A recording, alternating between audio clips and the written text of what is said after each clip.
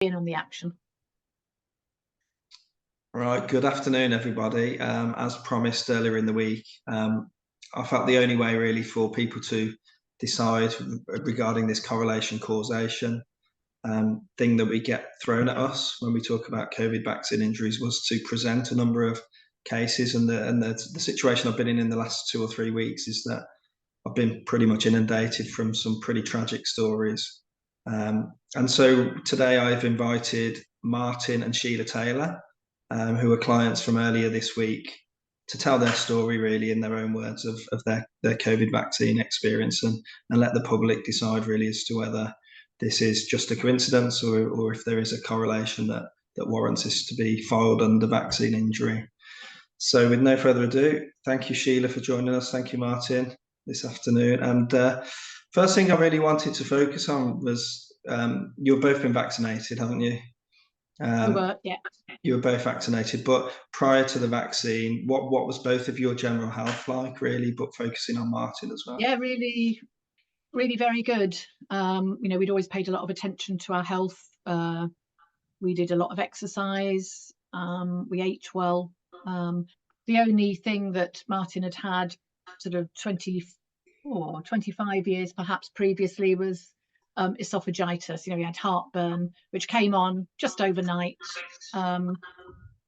Presumably some sort of autoimmune response at that time, but that, once it had settled down, was managed perfectly well with, Gaviscon and many moons ago. And Martin really wasn't somebody who took any regular medicines and was. No, say he took Gaviscon for the heartburn. But and was he an active man? I don't mean it was he an active man. Like he's still here, and so I mean. Probably the wrong phrasing, but he was an active chap, sporty. Yeah, not sporty. No, not sporty. But we would walk at least 3 or 4 miles a day, and on a couple of days a week we would walk 10 miles. He rebuilt our house, so he did a lot of lifting and carrying. We were very, very fit and healthy. And so obviously the pandemic came, and everyone's seeing the same kind of TV imagery of what was going on. And the time came where the NHS offered the cure of the COVID pandemic, which was presented as the vaccine at the time. So you've both been vaccinated, haven't you? We were both vaccinated, yeah. And we were slightly shocked that the vaccine was available so quickly, because we know very well that it takes many, many, many years to develop and test a vaccine to safety levels, but could kind of understand the reasons for it. There was panic. Nobody knew how things were going to go, and we kind of felt that we ought to be vaccinated for the greater good. Although we personally didn't usually take vaccines. We had taken vaccines when they were compulsory for travel in the past, because we've travelled a lot over the years. So yeah, we had the vaccines. Also, I wanted to be vaccinated because a lot of my work was abroad. I intended to return to that and would need the vaccine to travel. We also have a daughter who lives abroad, so we wanted to be able to prepare as much as we could to return to travelling after it was allowed. And all good reasons, as you mentioned, all good reasons, valid in respect of what the rules were at the time. You just couldn't travel without them, could you? So a certain level of coercion really into, you didn't have much of a choice to take it. But as well, we were told by the government and the NHS that these things were safe. And as you know, I've had 2 vaccines myself for the same reasons. My job was hanging on the thread if I didn't take it. And, I was told it was safe and effective at the time. So, we're on the same page in that respect. Can I take you back to the actual day of your first vaccine? What was your experience in the vaccine centre? What were you told about it? Well, Martin and I, our first vaccines were on different dates, so I can't speak for Martin other than what I remember that he told me. And he just said it was very simple. He walked in. I can't even remember where it was. Martin can't speak now, which is why I'm speaking for him. And he just said, yeah, just had it. And walked up to the desk, sat down. Are you well today? Yes, jab, off you go. And certainly that was my experience for my first one. For the second vaccines that we had, we did have those together, you know, in the same venue. And again, I mean, I wasn't in Martin's booth, but I was asked, "Are you feeling okay today? You know, any health problems?" And that was it, just jab and off you go.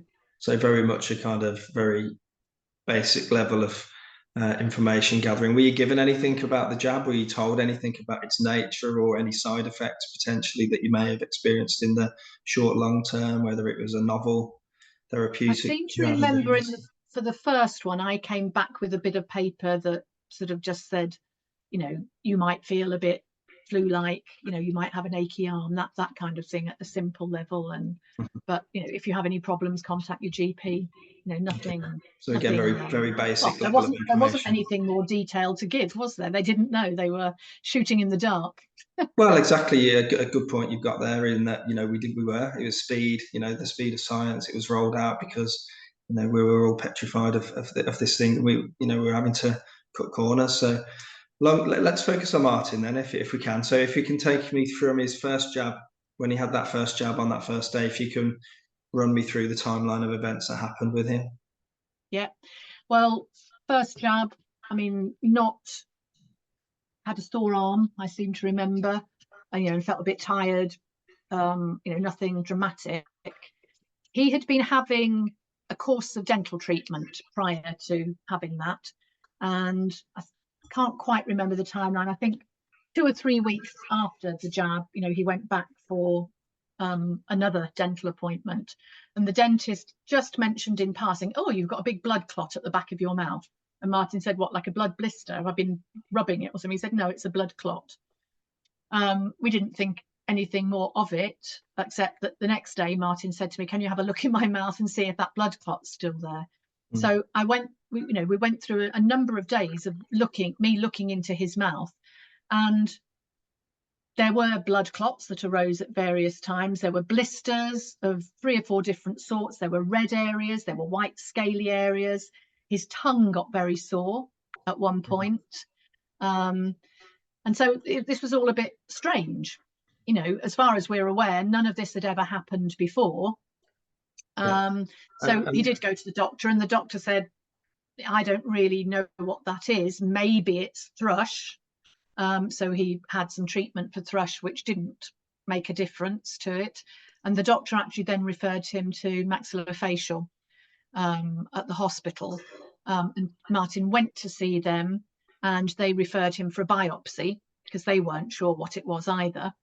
And the fact that it kept changing, and there were all these different things. It wasn't just blisters, it was all these different things. And he did go for a biopsy. Was that fairly short term afterwards? Yeah, this was all within, well, it was about 4 months, wasn't it, between the vaccines, I think, 3 or 4 months. And this was all within that time period.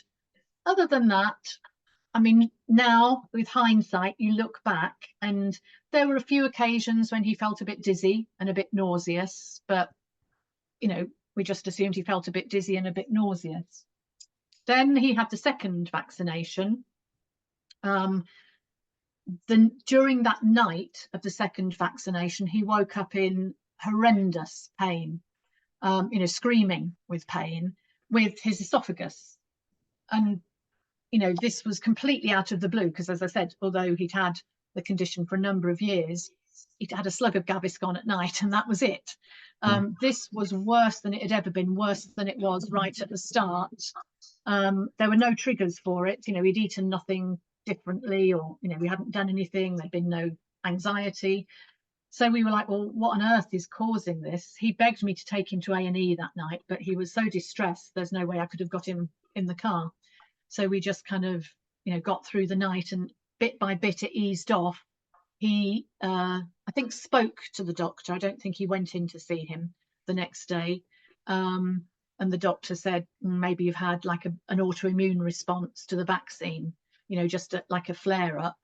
You know, take more of your meds. And, you know, and it did settle down, you know, within a day or two, it had settled down. But then Martin started feeling really tired. He started feeling sick and dizzy. This was pretty much, you know, some days it was just for, you know, a little while, but some days it was the whole day. And that sort of over a period of a month or so shifted to him feeling, he described it as otherworldly, like he wasn't right in his head. He kept saying, I feel like, and I said, what's spacey? And he said, no, not even really like that. Just my head feels really weird. And a few times he stumbled, and I kind of saw that. But then I think, I can't remember exactly the time frame, about 3 weeks later, I think it was, we were on holiday, and he had a very visible TIA. I mean, a very classic TIA where, you know, his legs went very weak and he dropped to the floor, his face drooped, he dribbled, he couldn't speak for a bit. Within a couple of minutes, that had all returned to normal. We were out on a 10-mile walk. We were literally halfway round. So we walked the 5 miles back. Later that night, he was very tired, and he'd started to get very tired. That was the other thing. I mean, Martin is a man who, you know, didn't really stop, but he'd started to need a, you know, quite a lengthy nap in the afternoons, and he would suddenly go really pasty grey, and his eyes would go very blank, and he'd say, I've just got to lie down. So he did that afternoon when we got back, and then we got ready to go for dinner in the evening. And as I was driving along, he said, I've got really loud noise in my head, really loud. And I said, right, that's it. So I stopped the car, dialed 999. We were told there weren't any ambulances, so could we go to Derriford? So we drove to Derriford, and there was such that we were told it would be at least 9 hours before we were seen. And by then he felt fine. So we said to them, look, we're going to go home. I drove back to Devon, got our stuff. Martin get a good night's sleep, and you know, in the morning we went actually to Truro, to Trelisk, and he had a scan, and they said he'd had multiple minor infarcts all over his head, and you know, evidence of, you know, quite a lot of you know, stuff happening in the cerebellum as well. And we were like, oh, so when did that happen? And they said, well, all we can tell is it's old. And we said, well, what do you mean by old? And they said, well, you know, it's not today. It could be yesterday, it could be, you know, 3 weeks ago, it could be whenever. We just don't know. There were multiple. You said there were multiple. Did they give you a rough idea of how many independent? They said at the time over 25. Over 25. And just to touch on this point, I mean, he's never had any cardiovascular issues in the past. You said he's healthy. Was he a smoker? He used to smoke when he was younger, gave up when he was 40. Okay, but trivial smoker, or was he a heavy smoker? No. He was a 20 a day sort of person, I suppose, for about 20 years. Some 30 years ago. Yeah. And blood pressure, cholesterol, diabetes, family history? All normal. I mean, he had sort of episodes in the past where, you know, he'd had what they thought were atrial fibrillations, but they, in the end, they did all the measurements, and he was told, no, it's just, you know, and he, you know, do they call them ectopic heartbeats? Okay. That all settled. So anything that he has ever experienced, just to clarify, that was never a formal diagnosis of AF. You were being investigated for palpitations, which turned out to be ectopics. That's right. Yeah, that's right. Yeah. So what happened after that? So he'd been told he'd had these 20 different or 25 different infarcts of unknown like that, age. Yeah. So they said, take aspirin and go to we'll make you an appointment at the TIA clinic at Derriford. But before he went to Derriford, before that appointment came through, or before, you know, it happened, he had another TIA, quite a major one. So I called an ambulance. He was taken into Derriford. He had another 2, I think they said 3 sort of episodes within the journey, within the ambulance journey. And he was taken in and given another scan, and there was evidence of more, and they called it another shower of infarcts. He was admitted, he's put on medication. He was in hospital for 2 weeks. He could still walk and talk, and you know, still had a good sense of humour, and he organised everybody on the ward, and you know, generally marched around and made sure he got all the treatment that was demanded. He got very tired. There were times when he just hit that wall again. So even at that point, he was functionally okay. He was, oh yeah, he was functionally okay. There were times then when I would say to them, look, this is what I'm talking about, and they go, yeah, he's just tired. So after they a investigate couple him, of weeks, Sheila? Did they, while he was in that admission, did they do things like when people have got strokes, mini strokes? They've obviously done the head scan, but did they look at what are the potential sources? Did they do like some rhythm assessment of his heart? Did they do an echo of his heart, an echo of his neck? yeah, Did they find anything there? they did everything. And at the end of those 2 weeks, they said, we can see absolutely no reason why you're having these episodes. You know, you're fit, you're healthy, you know, your history gives us nothing to go on as to why this is happening to you. So they sent him home with medication. After, I think it was 3 or 4 days, he had another slightly, again, more serious attack. I woke up at night knowing something was wrong. He was asleep, but I woke him up and he was completely away with the fairies, you know, singing songs, making up words, wandering around, trying to do things that made no sense. So again, we called the ambulance, went back in, and they did a scan and said, yes, he's had more. And obviously it's affecting him more deeply this time because his speech was now affected. He could still speak, but it was very slow and very slurred. He had a left side sort of absence deficiency. I can't remember what they called it because he was banging into things. While he was in the hospital in A&E, he wandered off and we'd lost him. And I eventually tracked him down, you know, in the main entrance hall. You know, so he just really wasn't with it. So they didn't keep him in that time. They said, obviously, the medication he's on isn't working. So they changed the medication and sent him home. But, you know, a little bit after that, you know, more happened, and he went in, and there he stayed for 9 months. And over those 9 months, he continued to have episodes. I remember being in the family room with him once, and he suddenly slumped to one side, his arm dropped, he drooled, he didn't speak, he'd kind of lost consciousness, and we called them in and they said, oh, he's tired, you know. And, you know, my daughter, who's a nurse, you know, said, you know, can you test him? Can you actually please take him for a scan and see if he's had another episode? And quite often they would do a scan and they'd come back and say, no, it's fine, there's nothing more. And then they do an MRI and they go, oh, actually, there is something. Right. So they were puzzled. They were still doing every test under the sun, but he was having more and more episodes, losing more and more function. So swallow went, so he couldn't eat. But again, there was no clue at this point where the origin of these infarcts or clots were coming from. No, none at all. Tests, No. and there was nothing at all. They'd done all sorts of really complicated tests on the heart because they thought there might be a clot hiding behind a flap. They'd considered skin cancer, you know, and sort of, you know, they said there's a curious thing that lives just under the skin. Right early on, they said, you know, there is something that it might be, which is called cerebral vasculitis. We hope it's not that because it's not a nice thing. About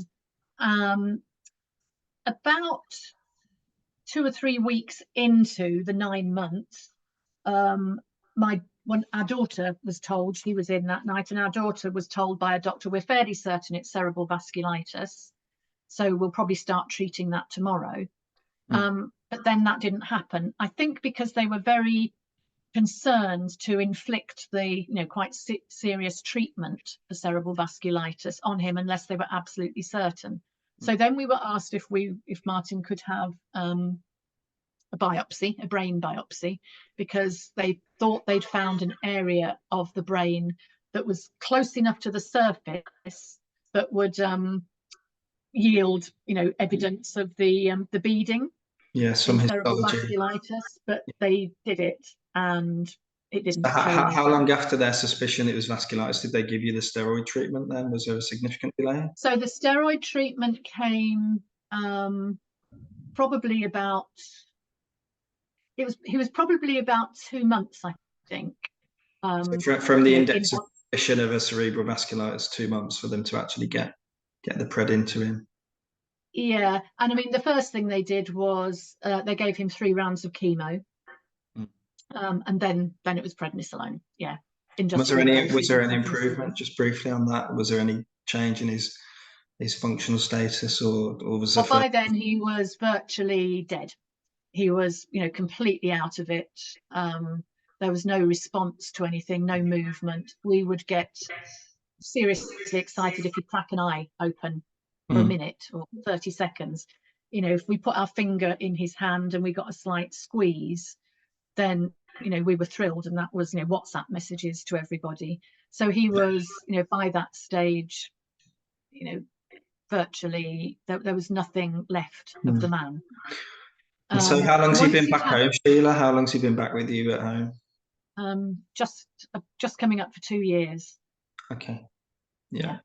And So carry on. To I was going to say, after he'd had the chemo, he could only have 3 doses because it sent his liver right off, and his liver became very troubled. Then he had the prednisolone and a zillion other things, of course, as well.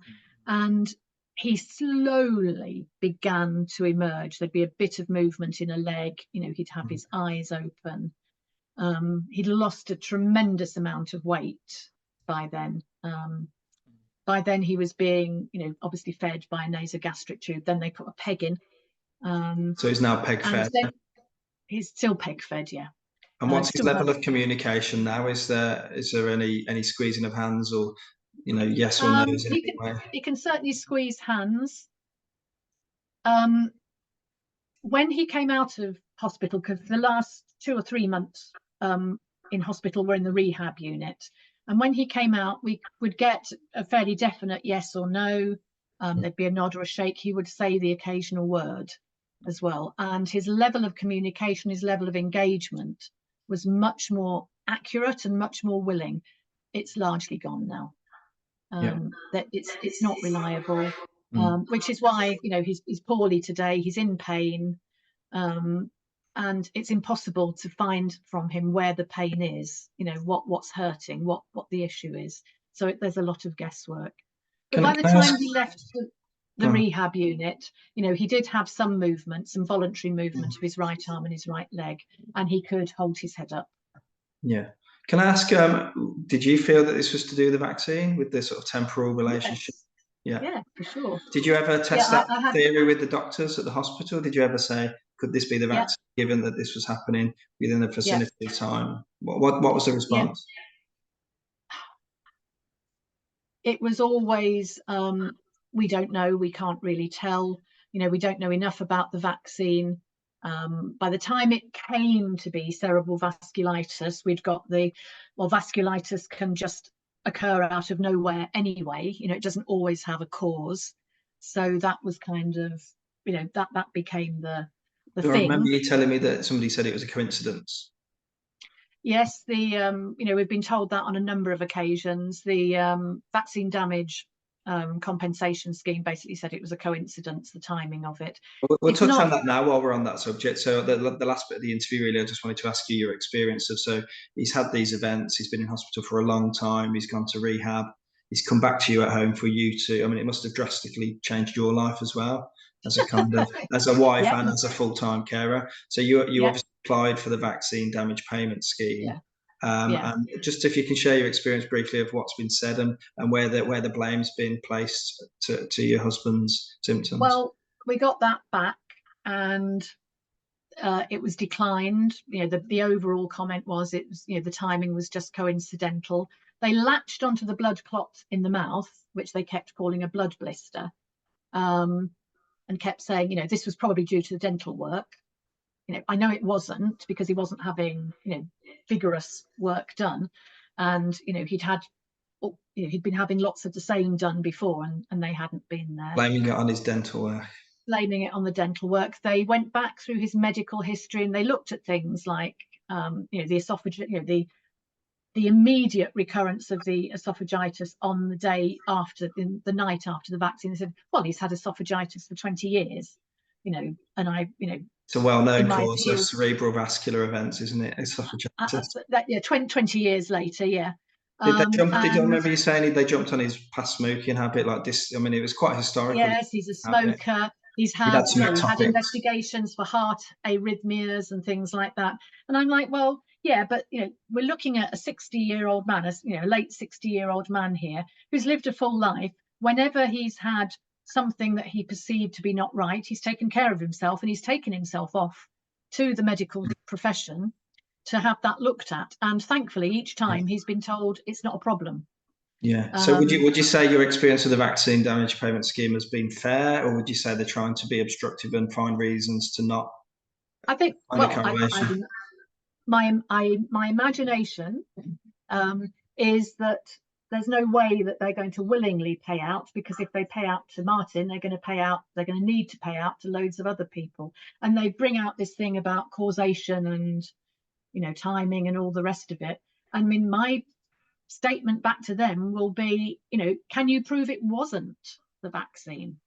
I'm fairly certain it was. Those timings, the time when Martin's whole health, the way his body responded, the energy, the life force started to sap out of him, from the time of the first vaccine, and it built. And by the time the second one came along, it was really obvious. And there have been doctors along the way who said, yeah, probably it is that. But getting them Are any of them their, willing to document this? Are any of them willing to support you in the sort of clinical one case? of them was very happy to yellow card it for us. Yeah.